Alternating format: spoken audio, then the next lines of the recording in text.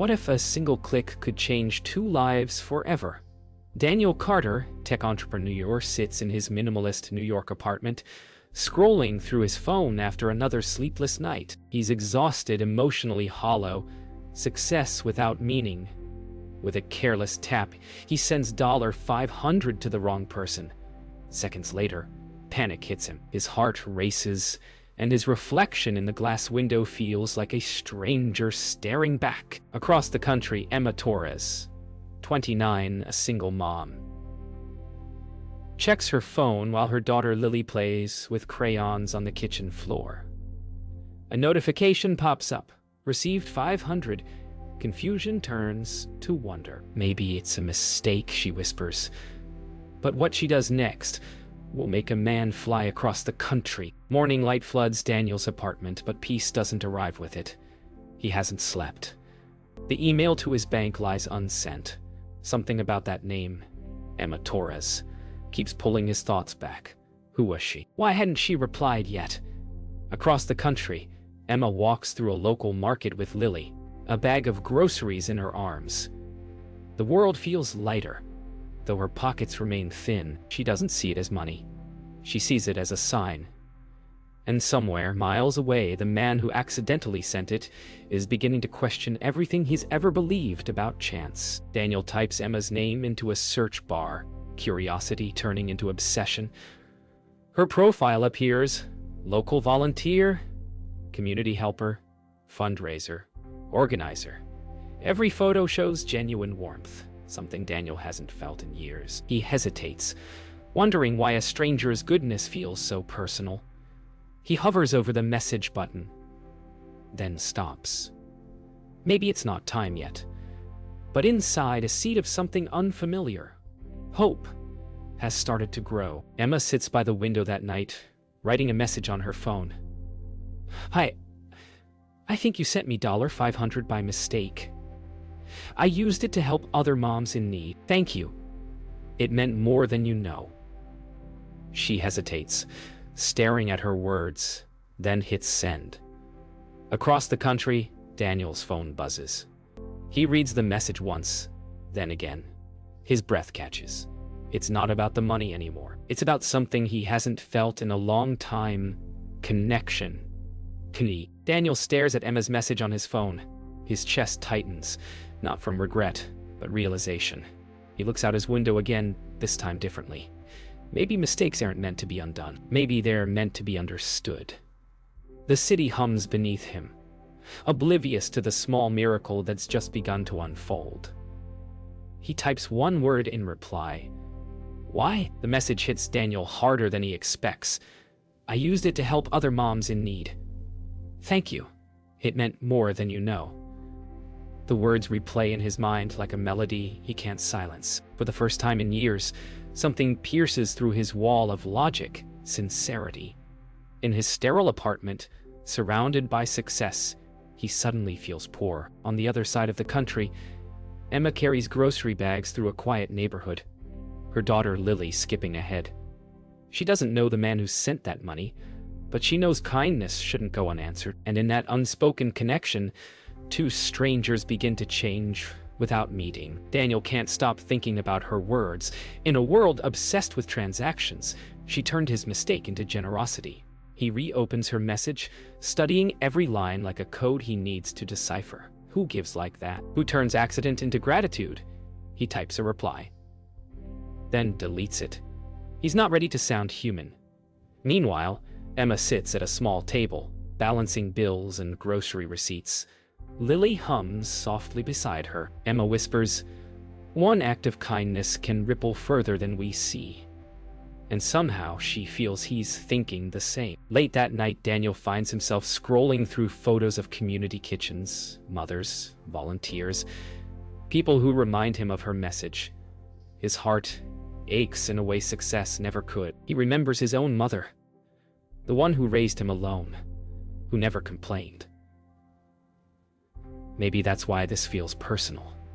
He closes his laptop, lost in thought. Across the miles, Emma kneels beside her daughter's bed, tucking Lily in. She prays softly, not for money, but for the person who sent it, that he finds peace too.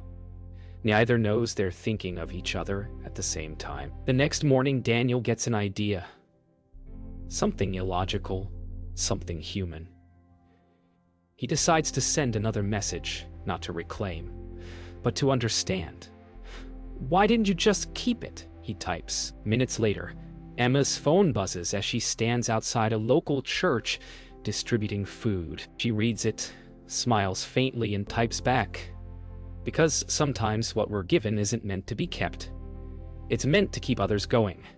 That sentence stops Daniel cold. For the first time, he feels small in the best way possible. Daniel rereads her message under the hum of city noise.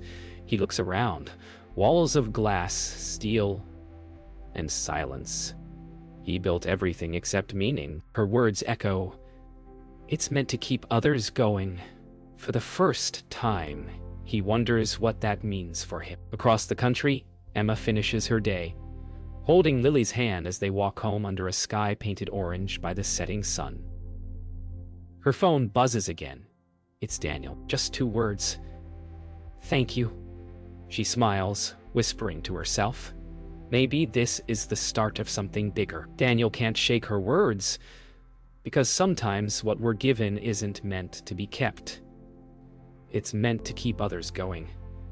They echo in his head through meetings, phone calls, and empty commutes. While his company celebrates another contract win, Daniel stares out the glass tower windows, lost. That message from a woman he's never met begins to pull threads loose inside him. That night, unable to sleep, he searches her name, Emma Torres. Photos appear, community events, fundraisers, food drives. Each picture tells a story of someone doing more with less. For the first time, Daniel wonders, has he been chasing the wrong kind of success all along? At home, Daniel dives deeper.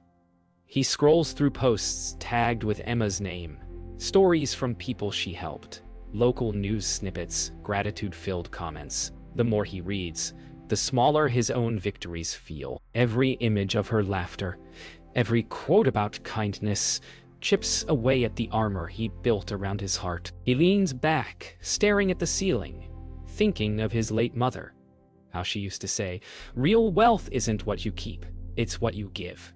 He hasn't thought of her voice in years. Maybe Emma didn't just remind him of goodness. Maybe she reminded him of home. Days blur. Daniel starts missing meetings, ignoring calls, drifting through his office as if he doesn't belong there anymore. His partner, Mark Ellis, notices. "You good, man? You look miles away," Mark says, half joking. Daniel forces a smile but doesn't answer. Inside, he's already gone, mentally standing in that sunlit photo beside Emma's volunteers.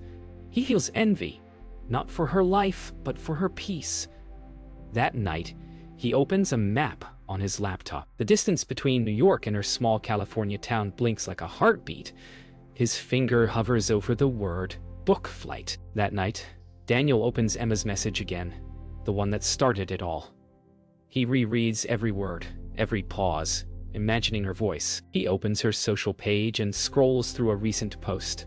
Small acts create big change. Beneath it, comments from other moms she's helped, all thanking her. He sits in silence, a single tear reflecting the blue light from his screen.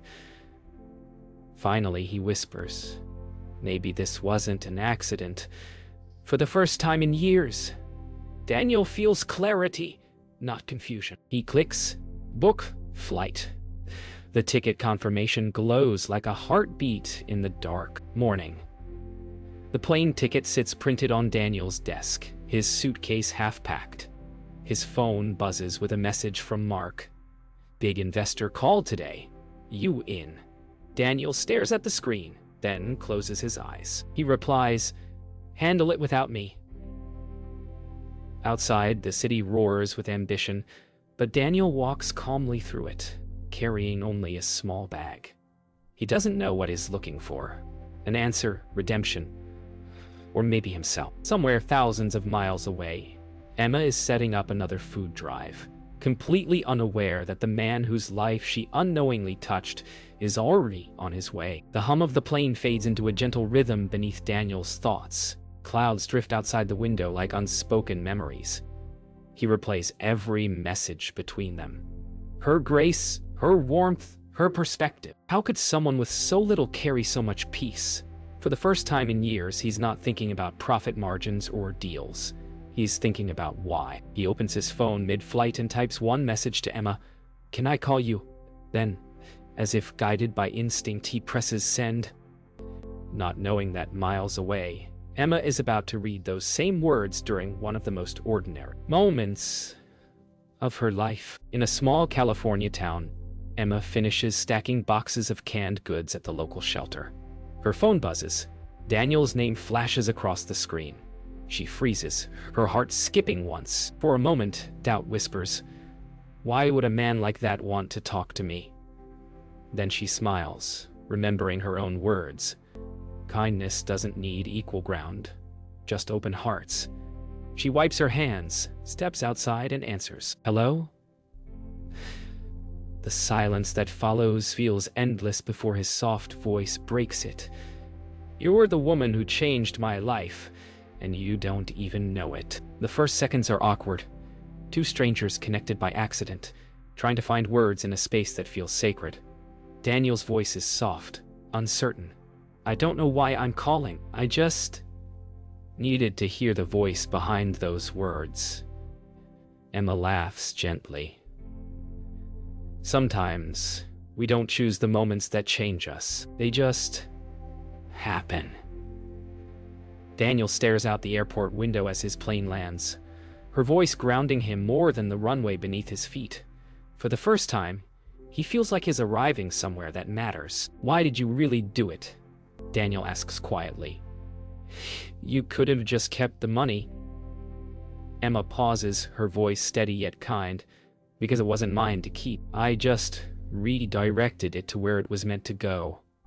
Her answer hits him like truth, wrapped in grace. Daniel closes his eyes, smiling faintly. "You know, you sound like someone who's never lost faith in people."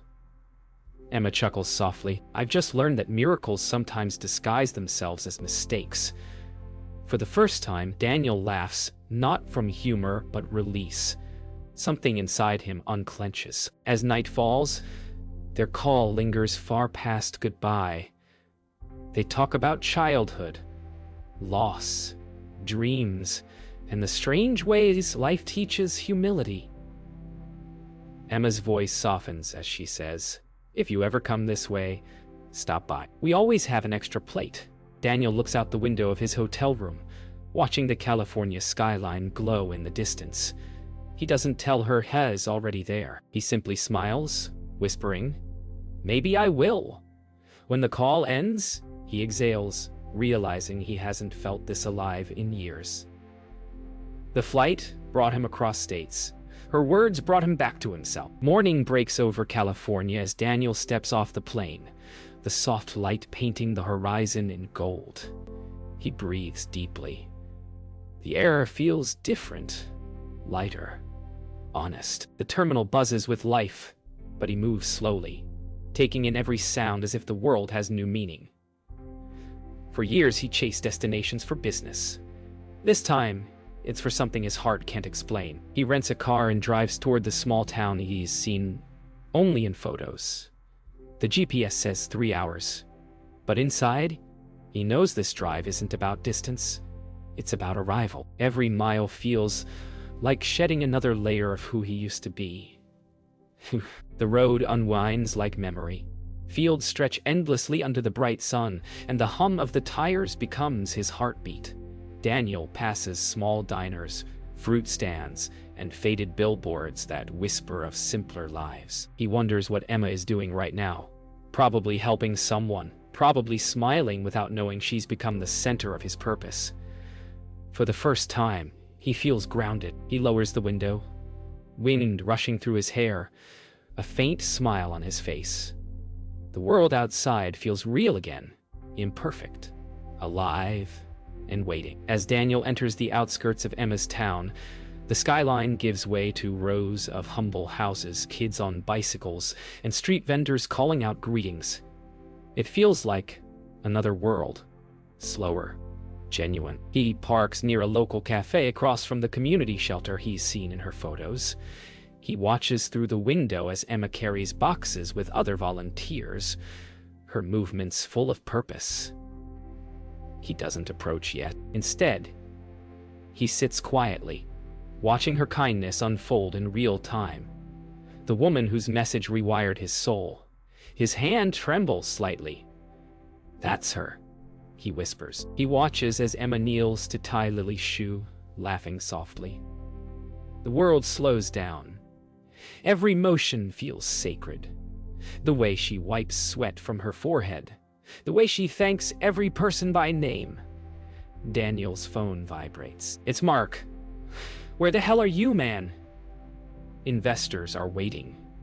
He stares at the message, then deletes it. His eyes return to Emma. There's no doubt now. This is where he's meant to be. He rises slowly from the chair, takes a deep breath, and begins to cross the street. Emma looks up just as Daniel reaches the curb. Their eyes meet. 1 second that feels like a lifetime. She recognizes him before he says a word. Maybe it's intuition. Maybe it's the way stories announce themselves through the soul. "Daniel?" she says softly, half smiling, half stunned. He nods, speechless, for a heartbeat. The world seems to hold its breath. Wind slowing, sounds fading, time pausing. Then Lily tugs her mother's sleeve and whispers, "Mom, is he the man from your phone?" Emma laughs gently through tears. Daniel smiles back, eyes glistening. For the first time, two miracles meet. For a moment, neither Daniel nor Emma speaks. The air feels charged, like time itself is waiting for their next breath. Daniel finally breaks the silence. "I didn't plan this," he says softly. Emma smiles faintly. "Neither did I." They both laugh, a nervous human sound that dissolves tension. Lily watches them curiously, clutching Emma's hand. "You came all this way?" Emma asks. Daniel nods. "I guess I needed to see if people like you still exist." Emma glances at the volunteers behind her, then back at him. "We all exist, Daniel. Just not where used to looking." Emma invites him inside. The shelter is alive with motion, laughter, music, the hum of purpose. Daniel looks around, quietly absorbing the scene. A teenager helping unpack boxes, an elderly man handing out bread, a mural of bright handprints covering one wall. Emma watches his expression, soft. "It's not much," she says, "but it's ours." Daniel shakes his head. "It's everything." He kneels beside Lily, who's coloring a poster for the next food drive. "You helped your mom do all this?" he asks. Lily grins proudly. She says kindness grows when you water it. Daniel's eyes glisten. He hasn't heard words that pure in years. As the day slows, Emma and Daniel step outside, sitting on a wooden bench near the playground. A soft breeze carries laughter from nearby children. Daniel looks at her, hesitant. "I came here thinking I'd repay you, but now I feel like I owe you something bigger." Emma smiles gently. "You don't owe me anything. That 500 wasn't an accident, Daniel. It was a reminder. For both of us." Her words land softly but deeply. He studies her face, not just beauty, but truth written in every line of resilience. "You really believe in destiny?" he asks. "No," she replies. "I believe in choices that make us who we're meant to be." Later that evening, Daniel joins the volunteers. He helps carry boxes, serve meals, and share stories. Each act, no matter how small, feels like reclaiming a lost part of himself. Emma watches him from across the room. This man who arrived as a stranger but now moves like he's belonged here all along. When the crowd thins, Daniel approaches her quietly. "You've built something real here," he says. "Something that matters. Emma wipes her hands, smiling. It's not me. It's everyone who shows up. Daniel pauses. Then let me show up too. The weight of his words settles like a promise. The night quiets. The shelter lights dim, and only the hum of the refrigerator fills the silence. Emma locks the door, turning to see Daniel still standing outside. You didn't have to stay, she says softly. He smiles. I didn't want to leave. For a long moment they just stand there, the air heavy with gratitude and something deeper. You came to give, Emma says, but maybe you were sent to receive. Daniel looks at her, a mix of disbelief and awe. You think people like me can change? Emma steps closer, her voice steady. I think people like you just need a reason. Morning light spills through the shelter's windows as Daniel stands beside Emma, handing out food to families. His movements are slower now, deliberate, grounded. For the first time in years, he's not performing for investors or chasing numbers. He's present. Emma glances at him and smiles, seeing a piece she recognizes, the same kind that lives quietly in those who have found meaning. Daniel whispers, You know, I used to think success was about control. Emma looks up from a tray of bread. And now? He smiles softly. Now I think it's about surrender. Their laughter blends with the hum of community around them, the sound of a new beginning taking root. Later that afternoon, Daniel sits outside on the steps of the shelter, watching children play. He takes out his phone and opens an email draft, a proposal to his company's board. The subject line reads, Redefining Impact. He's no longer the man who sent money by mistake. He's the man who finally understands its meaning. He hits send without hesitation. Emma steps outside, 2 cups of coffee in hand. You look like someone who just made a big decision, she says. He smiles. Maybe the biggest one of my life. She sits beside him, handing him a cup. The warmth between them feels like sunlight you can hold. Weeks pass. The shelter expands. New tables, more volunteers, brighter murals. A discreet plaque on the wall reads, In partnership with the Carter Foundation. Daniel never wanted his name to stand out, only the work. Emma watches him help paint the final wall. Lily beside him, both covered in streaks of color. You've changed everything, Emma says softly. Daniel looks around and shakes his head. No, you did. I just joined the story halfway through.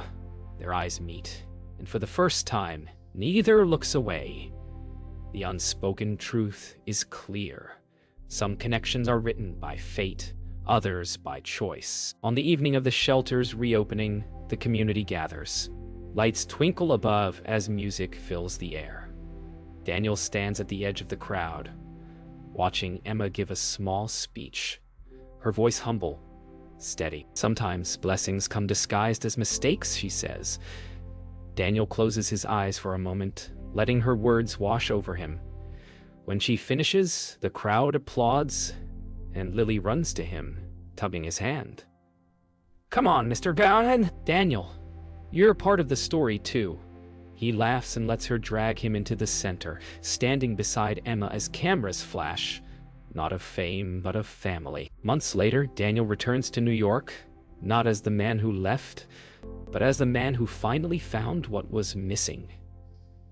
His office feels different now. Quieter, lighter. On his desk sits a framed photo of Emma, Lily, and the shelter team.